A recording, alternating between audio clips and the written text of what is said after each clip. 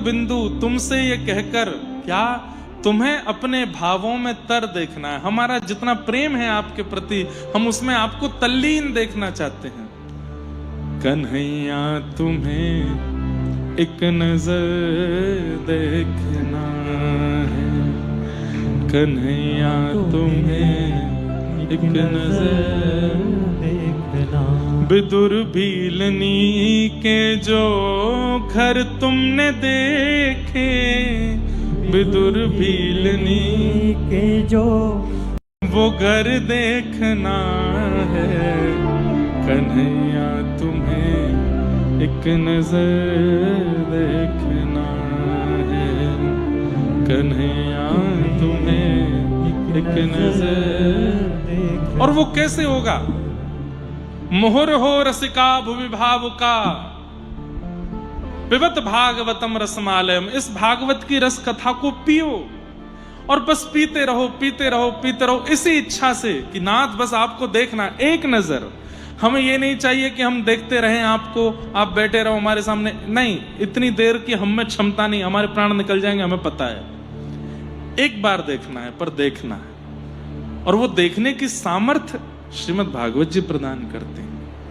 ऐसी भागवत जी कब? जब सुनोगे नहीं, पियोगे, धारण करोगे। नैमिषारण्य क्षेत्र में 88,000 सौनकादि ऋषि बैठे हैं और सूत जी महाराज से प्रश्न करते हैं, और उन्हीं प्रश्नों के उत्तर में सूत जी महाराज कथा सुनाना प्रारंभ करते हैं। और तब सूत जी कहते हैं, सवै पुंसां परो धर्मो यतो भक्त यदोक्षजे अहैतु क्य प्रतिहता ययात्मा संप्रसीदति।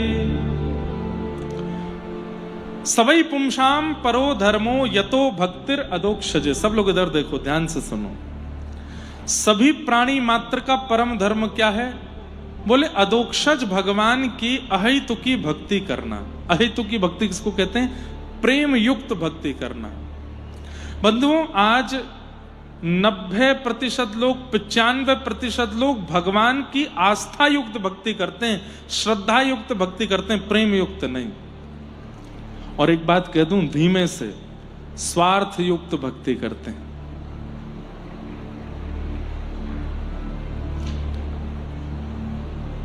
दुख हरता सुख हरता सुख धरता। गणेश जी से क्या कहते हैं?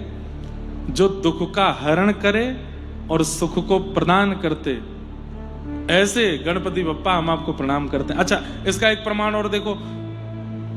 पूरे हफ्ते भर आप गणपति दर्शन करने जाओ, फ्राइडे के दिन सबसे ज्यादा भीड़ क्यों होती है? क्योंकि लोगों को यह लगता है कि गणेश जी एक्टिव रहते हैं फ्राइडे को। पूरे हफ्ते आप हनुमान जी दर्शन करने जाओ, पर मंगलवार के दिन इतनी भीड़ क्यों होती है? बोले कि हनुमान जी एक्टिव रहते हैं मंगलवार को। पूरे हफ्ते दर्शन करने जाओ महादेव के, लेकिन सोमवार के दिन इतनी भीड़ क्यों होती है? शंकर जी एक्टिव रहते हैं, बाकी के दिन वो इनएक्टिव हो जाते हैं। नहीं, ये हमारी भ्रांति बनी हुई है, ये हमारे स्वार्थ। पता है क्या?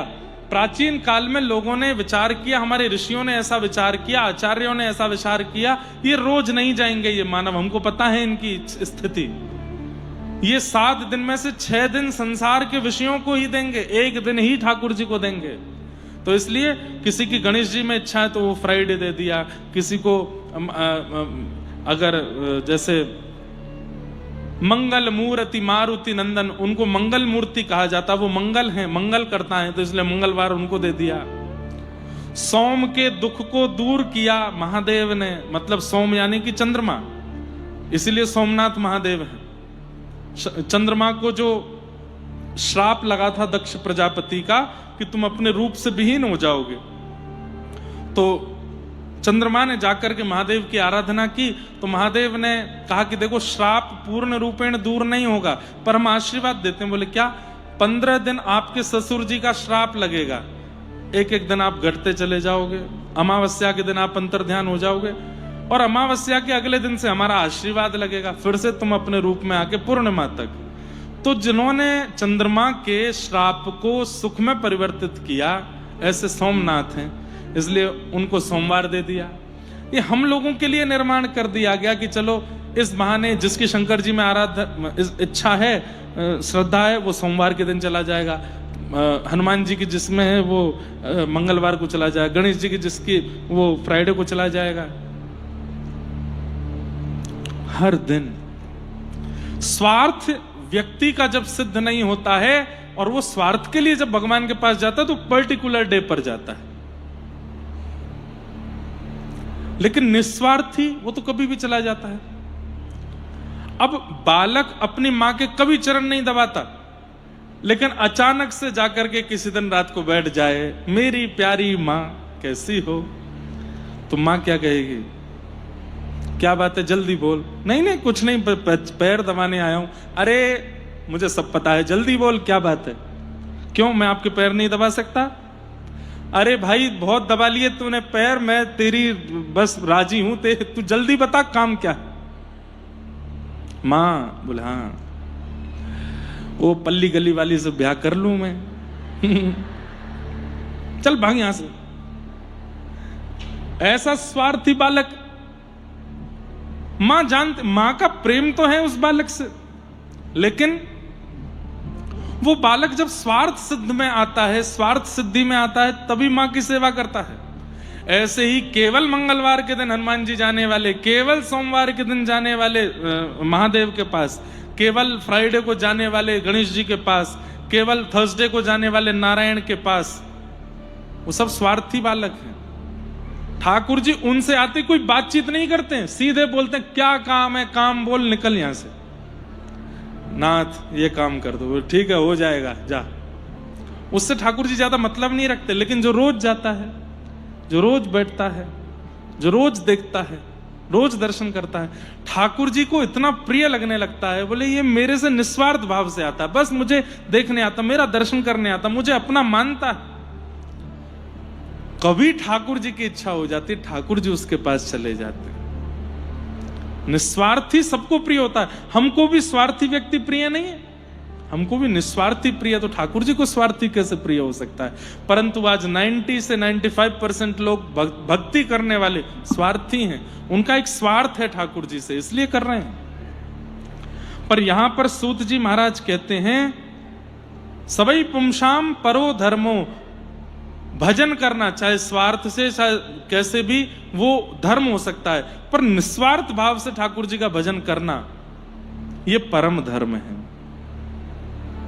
अदोक्षज भगवान की निस्वार्थ भक्ति करना और उसमें भी कोई संबंध युक्त भक्ति करना, ठाकुर जी को कुछ मानना,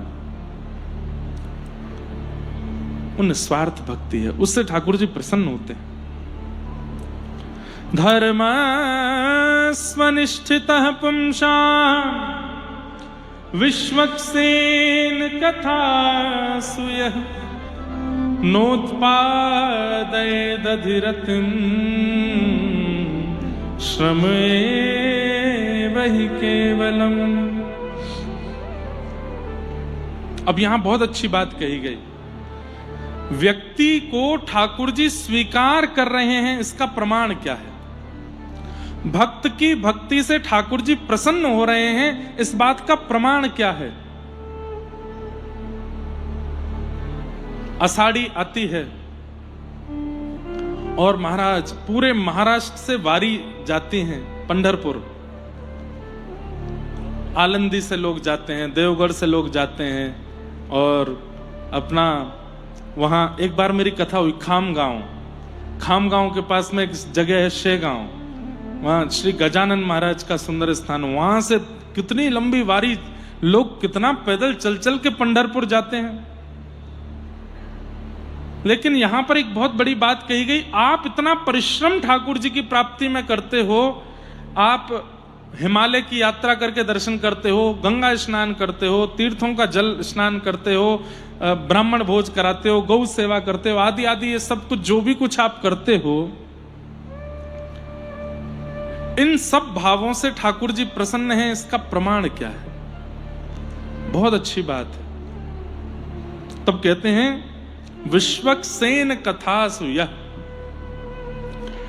कहीं पर कोई आचार्य बैठ करके भगवत चर्चा कर रहे हैं और आप वहां जाकर के बड़ी उत्सुकता से बैठ जाते हैं, कब समय निकल गया, कब स्थिति हो गई, कहां पानी की प्यास, कहां बैठने की स्थिति, बस आप उस कथा में रम गए, उस सत्संग में डूब गए। समझो, ठाकुर जी आपसे प्रेम करते हैं, आपकी भक्ति को स्वीकार कर रहे हैं।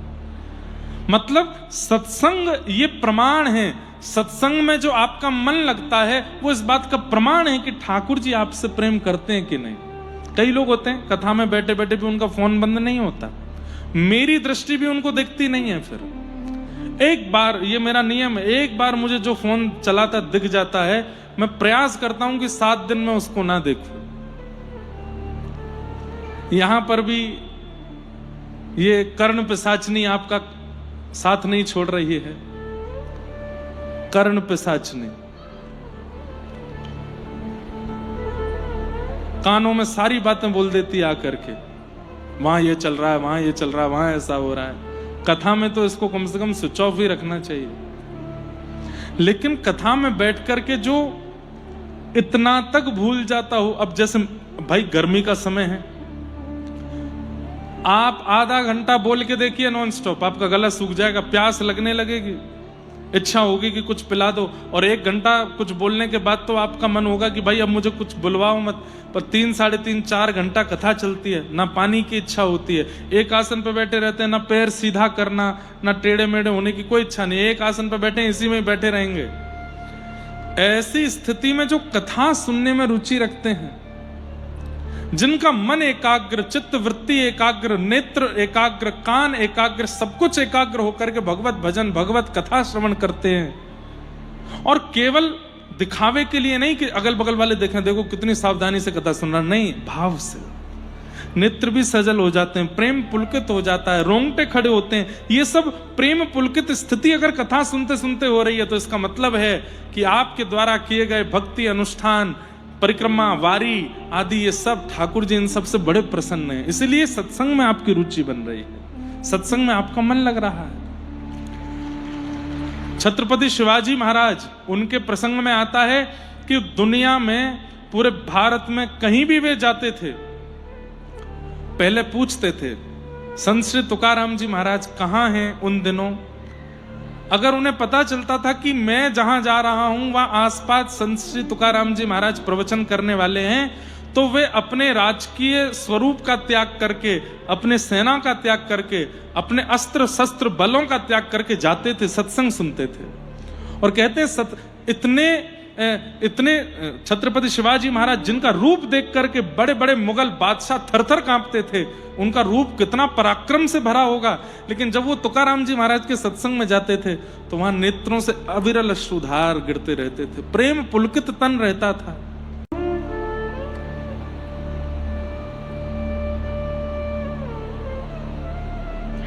गोपियां कहती हैं कथा सुनने वाली की स्थिति कैसी होती है, तब कथामृतम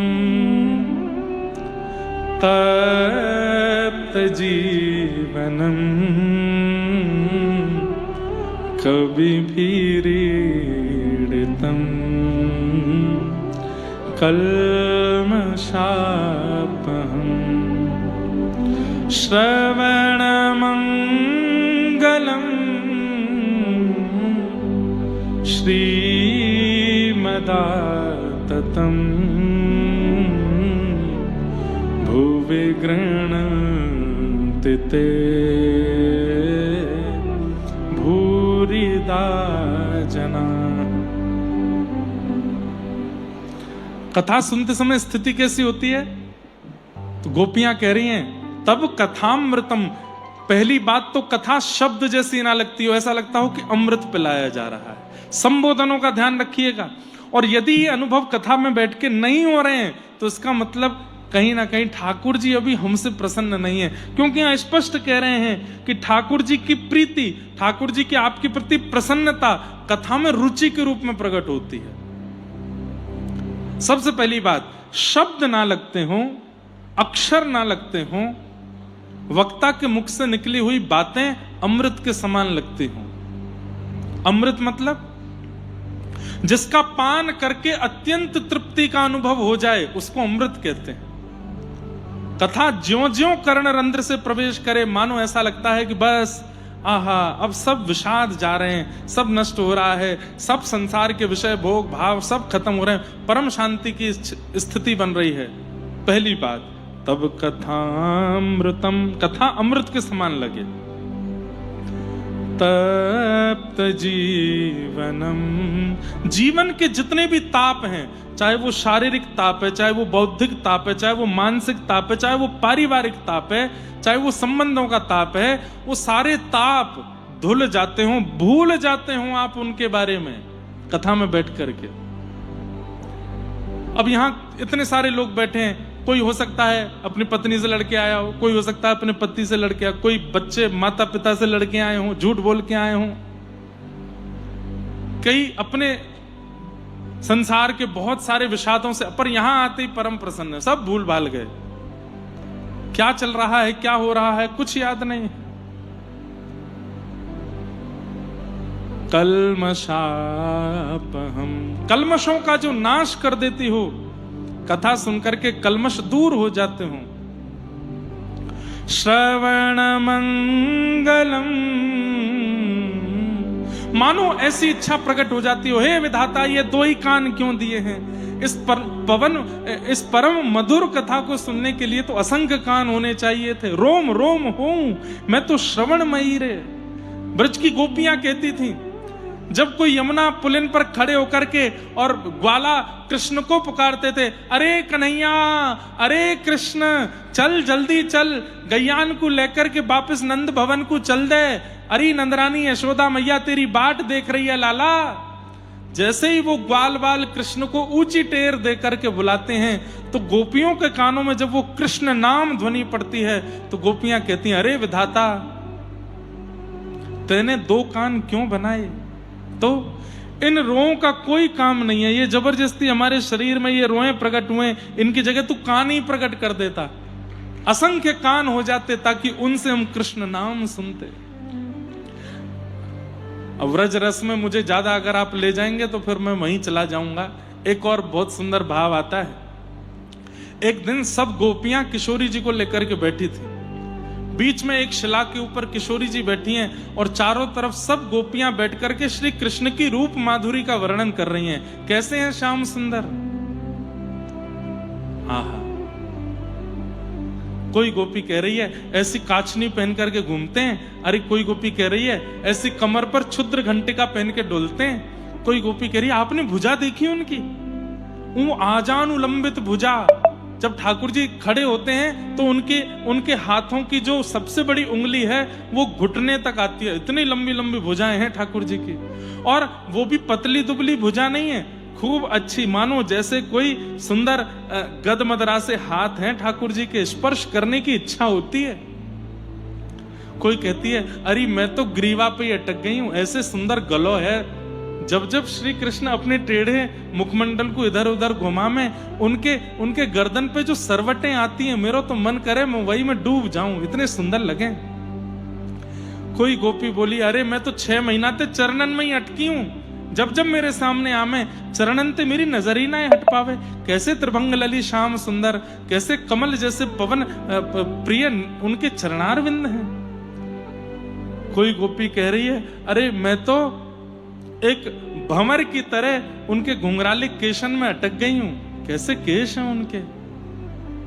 एक गोपी कह रही है अरे कोई केशन में अटकी है, कोई गले में अटकी है, कोई नाक, कोई हाथ में अटकी है, कोई चरणन में अटकी है, कोई नासिका पे अटकी है, कोई गाल पे। अरे भूल के भी नेत्र मत देख लियो। बोले क्यों? मैं रही ना काहू काम की, आज मैं किसी काम की नहीं हूं। सास ननद मोहे गारी देते हैं, मेरी सास ननद सब मुझको गारी दें, रही ना काहू काम की। क्यों? लगन लगी घन श्याम की। मैंने जादना से उनके नेत्र देखे, मैं कुछ नहीं कर पाती हूं। ऐसे कटाक्ष कमल जैसे नेत्र हैं। अरे तुम बहुत भली हो जो हाथ देख रही हो, चरण देख रही हो, उनके केश देख रही हो, नाभि देख रही हो, कंठ देख रही हो, बस मेरी प्रार्थना है आंख मत देख लियो। बोले क्यों? मेरी जैसी है जाओगी, कुछ नहीं कर पाओगी। मुंह पे रोटी ना बने, मुंह पे सब्जी ना बने, मुंह पे सोयो ना जावे, मुंह पे श्रृंगार ना कियो जावे, ऐसे सुंदर श्याम सुंदर है। और ये सब की गोपियों की चर्चा बीच में बैठी बैठी किशोरी जी सुन रही हैं और नेत्रों से प्रेम पुलकित अश्रु निकल आते हैं, अश्रु निकल आते हैं। तब किशोरी जी से एक सखी बोलती है, हे श्यामाजू, श्याम सुंदर जब सन्मुख आते हैं तब आपको कैसा लगता है, आप भी तो बताओ। तो किशोरी जी कहां से प्रारंभ करती हैं? जो विधि ना को बस कर पाऊं। किशोरी जी क्या कह रही हैं? बोले सुनो, इस बार ब्रह्मा भगवान ने बनाया है, लेकिन सब गोपियां ध्यान से सुनो, अगली बार मैं स्वयं ब्रह्मा बनूंगी या मैं किसी अन्य अपनी को ब्रह्मा बनाऊंगी और उससे बोलूंगी कि मानव को ऐसा ऐसा बनाना। तब गोपियां कहती हैं, आप मानव में क्या बनवाओगी? तब किशोरी जी कह रही हैं, रोम रोम प्रति नैन बनाऊं। अरे ये 2 नेत्र श्याम सुंदर को देखने के लिए बड़े कम हैं, ये जितने रोए हैं शरीर में सब जगह नेत्र प्रकट कर दूंगी, ताकि प्रत्येक नेत्र से श्याम सुंदर हमारे अंदर विराजमान हो जाएं, हमारे अंदर व्यवस्थित हो जाएं। और रोम रोम प्रति नैन बनाऊं, और क्या करूंगी? इकटक रहे पलक न बनाऊं। एक तो रोम रोम में नेत्र बनाऊंगी और उनमें भी पलक नहीं बनाऊंगी। क्यों? ताकि वो हमेशा खुले ही रहें, श्याम सुंदर दिखते ही रहें। उनकी रूप माधुरी, रस माधुरी, उनकी चलन माधुरी, उनकी हसन माधुरी, उसका केवल हम दर्शन करती रहें। ये पलक कभी बीच में ना आवे विक्षेप के रूप में, ऐसे श्याम सुंदर को हम केवल देखती रहें।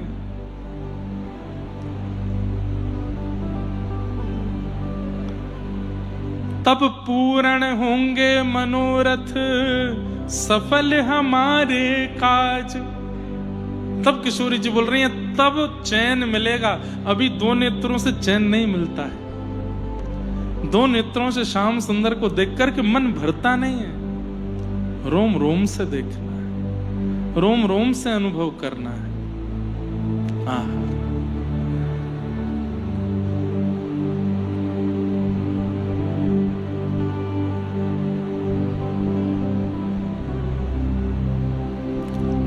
गोपियां कह रही हैं, कथा सुनने के बाद में ऐसी स्थिति होने लगे कि बस लगने लगे कि ये 2 कान बड़े कम हैं। अरे विधाता, हमारे प्रत्येक रों को सुनने की सामर्थ्य प्रदान कर दो, ताकि जब जब व्यास जी कृष्ण बोला करें, जब जब व्यास जी राधा माधव बोला करें, जब जब राधा गिरधर लाल, राधा रमण लाल, राधा वल्लभ लाल बोला करें, तो ये 2 कान नहीं, प्रत्येक रों सुना करे उस नाम को।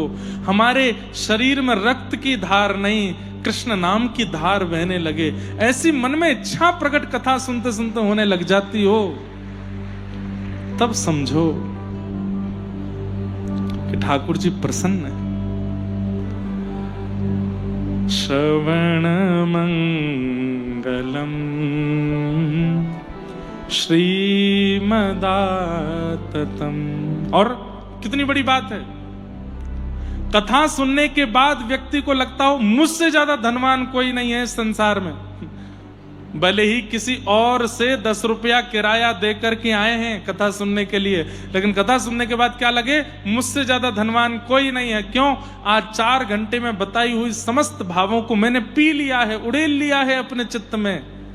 अब मेरे चित्त में जो कृष्ण भक्ति भाव प्रेम विराजमान है, ऐसा किसी के पास नहीं होगा। इसलिए वो अपने आप को अत्यंत धनवान मानने लगता हो। उसको लगता हो संसार की कमाइयां करना वो तो खर्च हो जाते हैं, पर ये कथा में जो व्यास जी ने दिया है, ये जो कमाई है, ये सबसे बड़ी कमाई है। श्रीमदाततम भुवि गृह्णन्ति ते भूरिदा जना। कथा सुनने में ऐसी रुचि बन जाए। बंधुओं, एक बात कहें, ज्यादा कथा हमारी सुन मत लेना, नहीं तो हम आपको ऐसा ही बना देंगे फिर, और फिर ऐसे ही हो जाओगे आप कि बस फिर कुछ और कहीं मन लगेगा नहीं। इसलिए थोड़े बच के रहिएगा, थोड़े किनारे किनारे ही रहो, क्योंकि ज्यादा रस पक्ष में अगर हम ले गए तो तो हम भी वैसे हो जाएंगे, आप भी वैसे ही हो जाओगे, बस रोते ही रहेंगे सुबह शाम ठाकुर जी की स्मृति में, ठाकुर जी के भावों में। ये नेत्र नीर कभी समाप्त नहीं होंगे, सदा बहते रहेंगे।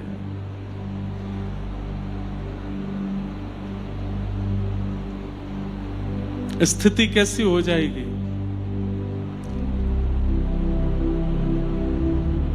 गोवर्धन वासी सांवरे,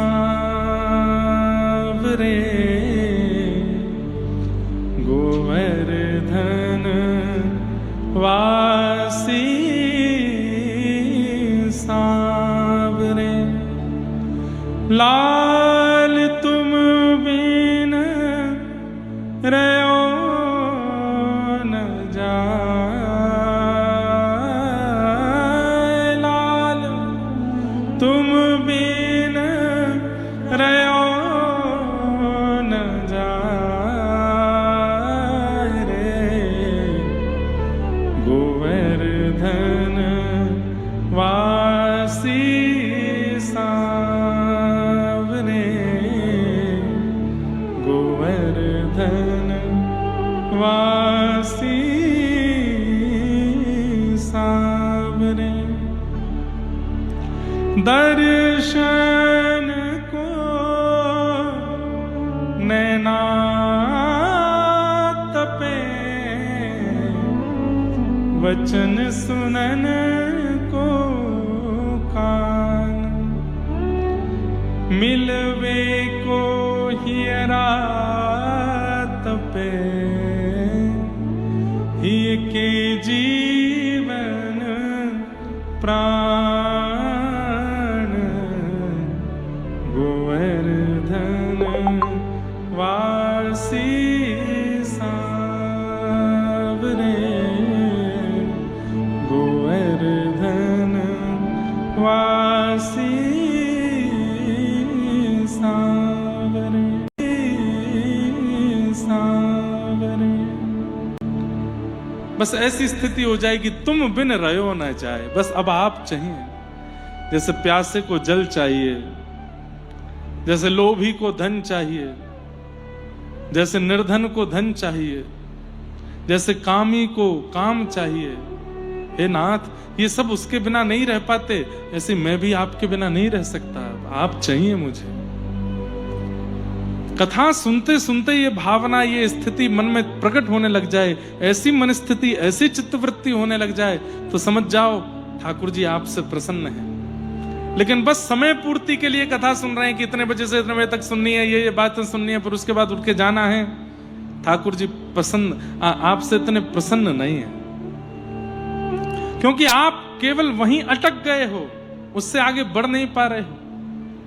अरे प्रसंग आता है, मैं बंधुओं नेत्र बंद करके कथा कहूं तो समझ जाइएगा कि शायद किसी अन्य भाव में हूं, इसलिए कहने दीजिएगा, बस आप सुनते रहना। हमारे व्रजमंडल के श्री कृष्णदास, उनका स्वरूप ऐसा था कि वो किसी भी वस्तु को देखते थे, जैसे हमारा मन कैसा है, हम आम देख लेते हैं तो आम देख करके हमारे मुंह में पानी आ जाता है। अरे ये आम तो मैं खा लूं, कितना बढ़िया लगेगा, इसको बढ़िया फ्रिज में रख के ठंडा करके इसको काट करके ऐसे खाऊंगा।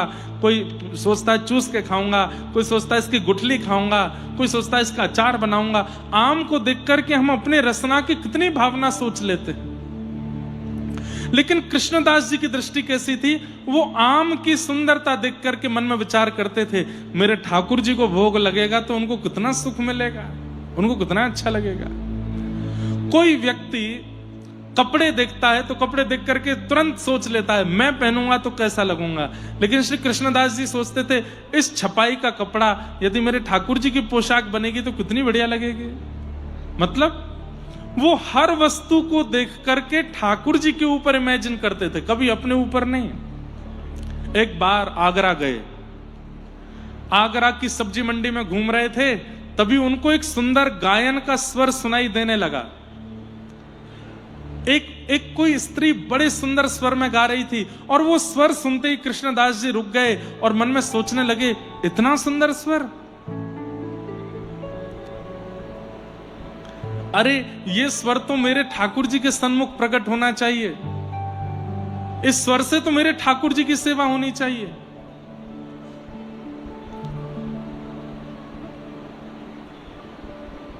हाँ हाँ। सो ही सुहागन प्रिय जाहिरी छे,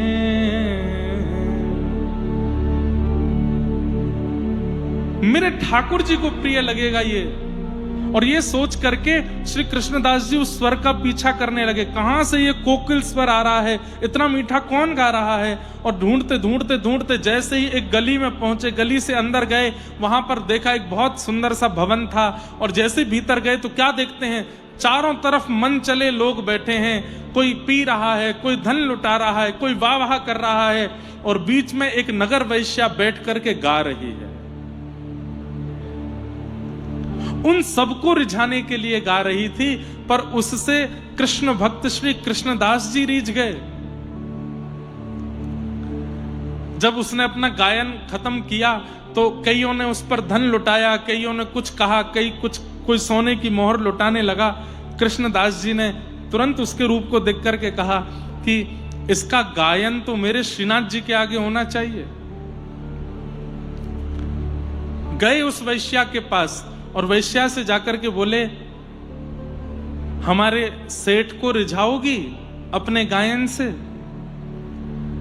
तो वो वैश्या बोली, मेरे दाम बहुत ज्यादा हैं, मैं ऐसे नहीं जाती कहीं भी। तो कृष्णदास जी ने उस समय में, आज से 500 वर्ष पहले, 100 रुपया निकाले। उस समय बहुत बड़ी रकम यदि कोई देता था तो 11 रुपया 12 रुपया उस वैश्या को मिलते थे, लेकिन 100 रुपए कृष्णदास जी ने निकाल करके दे दिए और कहा, ये अभी के हैं, इससे अधिक हमारे सेठ जी तुमको दे देंगे, चलो। वो वैश्या बोली, मैंने जीवन में कभी 100 रुपया नहीं देखे। आप कौन हो? आप सेठ जी के कौन हो? भाई हो? उनके बंधु, उनके परिवार से हो? बोले, नहीं नहीं नहीं, मैं तो उनके चरणों का दास हूं। वैश्या सोचने लगी, जब दास 100 रुपया दे रहा है तो सेठ, स्वामी, मालिक वो क्या देगा? धन के लोभ में तैयार हो गई और अपना और अद्भुत श्रृंगार करके आई, और वो वाली पोशाक पहन के आई जिसमें वो सबसे सुंदर लगती थी। मैं उस सेठ को इतना रिझा लूंगी, इतना अपनी ओर आकृष्ट कर लूंगी कि वो मुझ पर न्योछावर करके खूब धन लुटाएगा। वो क्या जानती थी कि सेठ नहीं है, वो तो सांवरिया सेठ हैं, वो तो साक्षात परमात्मा है जिनके पास ये कृष्णदास लेके जा रहे हैं। उसको तो लगा कोई व्यापारी सेठ होगा। निकल पड़ी, कृष्णदास जी से रास्ते भर चर्चा करती हुई जा रही है। कृष्णदास जी बस उसकी ओर देख रहे हैं और ठाकुर जी का स्मरण करके सोच रहे हैं, हे ठाकुर जी इस पर कृपा करना। गोवर्धन लेकर के आए और श्री गिरिराज जी में पहुंच करके, गिरिराज जी की तलेटी के ऊपर श्रीनाथ जी विराजते थे तब, आजकल उदयपुर के पास विराजते हैं, लेकिन तब गोवर्धन में विराजते थे। ठाकुर जी का राजभोग हो रहा था, कपाट लगे हुए थे। कृष्णदास जी ने सब दर्शनार्थियों को बाहर कर दिया, उस वैश्या को लेकर के भीतर गए। क्यों? उसका गुण इतना प्रिय लग गया था कि बस इस गुण से ठाकुर जी की सेवा हो जाए कैसे भी। ठाकुर जी के सामने जैसे ही वो खड़ी हुई, पर्दा लगा था।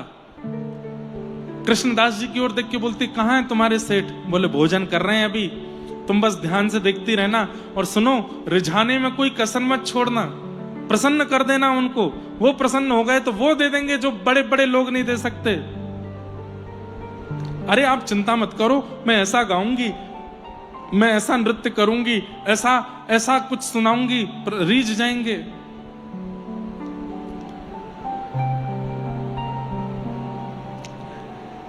जैसे ही कपाट खुले, उस वैश्या ने नेत्र भर करके जब देखा, एक भुजा ऊपर की ओर, दूसरी भुजा कमर पर है, नेत्र नीचे हैं, मंद मुस्कुरा रहे हैं, सिरपेज धारण किया है, उस पर मोर पिच्छ है, यहाँ पर वंशी जी धारण है, छड़ी जी अपने हाथ के नीचे लगा रखी हैं, पैरों में पाजेब पहनी है, गले में सुंदर वनमाला धारण की है, सुंदर वैजंती माला पहनी हुई है, चंदन की सुंदर सुगंधी से सुगंधित हो रहे हैं। सामने एक पुजारी जी खड़े होकर के सुंदर दीप मालिका से आरती कर रहे हैं। आहा, उस गिरधर छवि को देख करके वो वैश्या दिखती रह गई। उसके मन में आज एक ग्लानि हुई कि मैंने आज तक जीवात्मा को, ये संसार के नश्वर प्राणियों को प्रसन्न किया है, आज तक मैंने संसार के ही लोगों को प्रसन्न किया जो मेरा उपभोग करके मेरा त्याग कर देते हैं। मैंने स्वप्न में भी नहीं सोचा था कि मुझे उसके आंगन में खड़ा कर दिया जाएगा जिसने इस पूरी सृष्टि की रचना की है। ठाकुर जी की रूप माधुरी देखी, उसके बाद कृष्णदास जी को देखा। कृष्णदास जी बोले, बस इनको रिझा दो और किसी को रिझाने की आवश्यकता नहीं होगी। तेरे पास कंठ है, तेरे पास सुंदरता है, तेरे पास नृत्य है, तेरे पास सर्वगुण है। इस गुण से तू पूरे विश्व के लोगों को रिझा चुकी है और वो लोग तुझ पर धन लुटाते हैं, तेरा उपभोग करते हैं। कब तक ये करती रहेगी? इनको रिझा। घुटनों पर बैठ गई हाथ जोड़ करके और बस नेत्रों से अश्रुधार गिर रही है। और उस समय वो बोली कि मेरा कंठ अवरुद्ध हो गया, मैं कुछ गा नहीं पा रही हूं और मैं ये सोच रही हूं, हे कृष्णदास जी, मेरा तन तो झूठा हो चुका है, मेरी वाणी झूठी हो चुकी है। और ठाकुर जी उच्छिष्ट का भोग नहीं लगाते, ठाकुर जी तो अमनिया पाते और मैं अमनिया नहीं हूं, मैं तो उच्छिष्ट हो चुकी हूं, अब कैसे सेवा करूं? तब कृष्णदास जी ने पद गाया और उस पद को सुनकर के वह वैश्या नृत्य कर रही है ठाकुर जी के आगे। गिरधर छवि पे अटक्यो मेरो मन, गिरधर छवि पे अटक्यो, ललित त्रिभंगी चाल पे चल के, ललित त्रिभंगी चाल पे चल के, चिबुक चारू गण ठट क्यों, मेरो मन गिरधर छवि पे